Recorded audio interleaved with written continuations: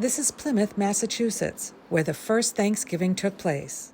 A few miles away is a living history museum, where the Pilgrim way of life and Thanksgiving traditions Do you like to eat duck ever?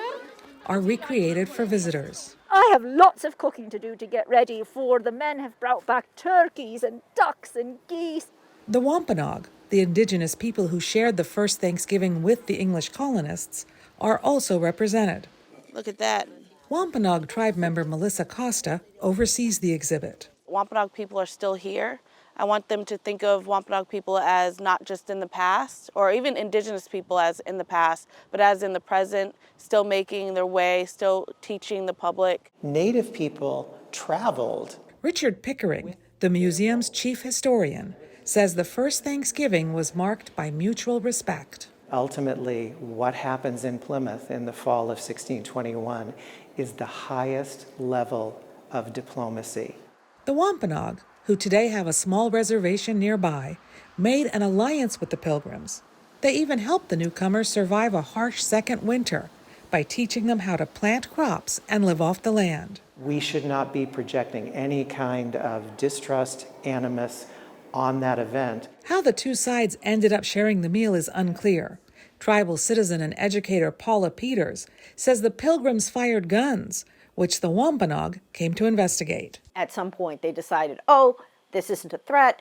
They're just celebrating their harvest. And guess what? We're all here now, so we're all going to eat. Corn, beans, and squash. There's maize. Also, the standing dish of New England, stewed pumpkin.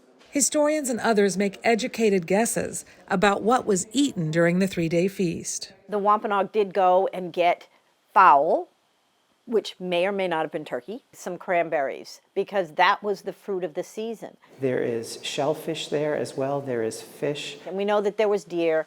What is not in dispute is the history of upheaval and destruction Native Americans suffered once more white colonists arrived. They want their land. They want them off that land.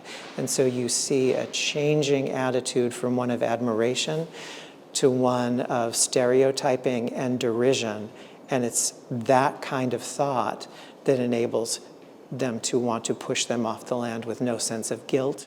The Pilgrims originally came to America in search of religious freedom, but apparently not for all, says Peters. They sacrificed so much for religious freedom, but they didn't offer that same grace to the indigenous people who lived here to begin with. Like many Americans, Peters and Costa plan to spend Thanksgiving with family, but they'll also be thinking of the sacrifices of their ancestors. Because bark in the spring is full of sap. Dora McQuarr, VOA News, Plymouth, Massachusetts.